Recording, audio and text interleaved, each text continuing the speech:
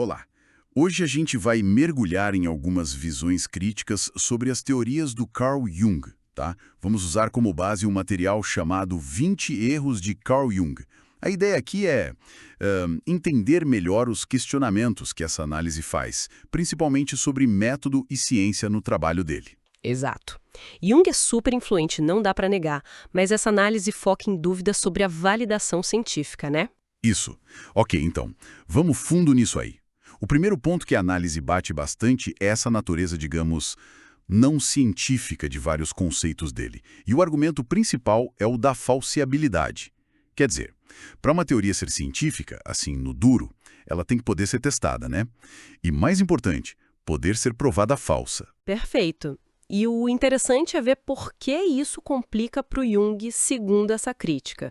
Conceitos como o inconsciente coletivo, os arquétipos, são muito ricos, claro, mas como é que a gente mede isso? Ou observa de forma objetiva? A análise até brinca, né? Não existe um inconscientiômetro, um arquetipômetro. Faz sentido. A comparação que usam é boa. Testar a gravidade é fácil, né? Solta um objeto, ele cai. Agora, como é que você monta um experimento para validar ou, sei lá, refutar o arquétipo da sombra? As manifestações dele são sempre interpretadas. Então, a crítica não é que a ideia da sombra seja, tipo, inútil ou errada. É mais que ela funciona fora das regras da ciência empírica mais tradicional. Precisamente. A análise coloca essas ideias mais no campo da interpretação profunda, sabe? Da filosofia da psique, da hermenêutica, e menos no campo da ciência, que busca leis universais, testáveis empiricamente. É uma diferença de método, basicamente. É esse o ponto da crítica. E essa dificuldade de testar leva a outra coisa que a análise aponta, que é a base das evidências que o Jung usava, né? Ele valorizava muito os relatos dos pacientes, a análise de sonhos, os estudos de mitologia, folclore. Sim, e é justamente essa base que a análise vê como metodologicamente, digamos, frágil para a validação científica de hoje em dia. Pensa na analogia do remédio novo que o texto usa. Não adianta só alguns pacientes dizerem, me sinto melhor. Precisa de estudo controlado, randomizado, duplo cego, essas coisas. Entendi. E a crítica aponta vários problemas no jeito que o Jung usava essas observações clínicas, essas anedotas. E quais seriam esses problemas especificamente? Olha, a análise detalha alguns. Primeiro, generalizar é complicado. As experiências de poucos pacientes, talvez de um contexto bem específico, podem não valer para todo mundo, né? Segundo, o viés do observador. A chance do próprio Jung, talvez sem querer, interpretar as coisas de um jeito que confirmasse as teorias que ele já tinha. Terceiro, não tinha grupo de controle para comparar. Quarto, é impossível replicar cada análise de sonho, cada terapia, é única. E por último, a própria subjetividade na hora de interpretar símbolos, que é o coração do método dele. A análise sugere que isso pode criar um ciclo, sabe?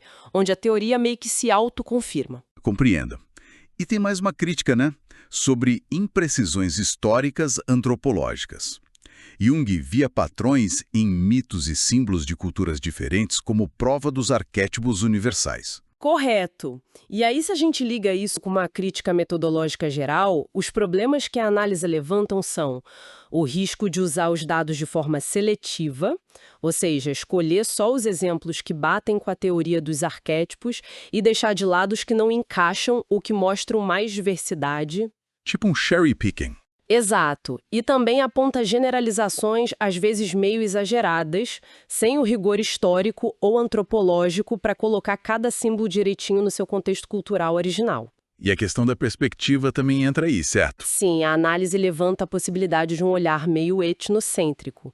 Interpretar outras culturas pela lente ocidental, europeia, impondo as categorias do Jung que talvez nem façam sentido lá. O perigo, segundo a crítica, é acabar distorcendo os dados culturais para eles caberem na teoria, em vez de deixar os dados desafiarem a teoria, né? Então, tá. Resumindo o que a gente viu dessa análise crítica. A dificuldade de testar cientificamente conceitos como arquétipos, né? A questão da falsabilidade. Depois, a base em evidências clínicas, anedóticas, que para a ciência moderna é vista como frágil para generalizar. E, por fim, os questionamentos sobre o uso de dados culturais apontando para seletividade e o possível etnocentrismo. É importante dizer de novo, né? Essa análise foca na metodologia. Isso não quer dizer que as ideias do Jung não tenham valor para a terapia, para o autoconhecimento, para entender símbolos. Exatamente. E isso deixa a gente com uma reflexão importante que a própria análise parece levantar. Pensando nessas críticas sobre validação científica rigorosa, como é que a gente lida com o legado do Jung hoje? Seria melhor ver ele mais como, sei lá, um sistema filosófico, uma fonte de insight simbólico, sem tanta preocupação com o selo científico tradicional? Ou ainda existe espaço, e como seria esse espaço para tentar construir pontes entre as ideias junguianas e métodos de pesquisa empírica, mesmo sabendo que é complicado lidar com conceitos tão complexos? Fica aí a questão para quem se interessa por essa obra tão marcante.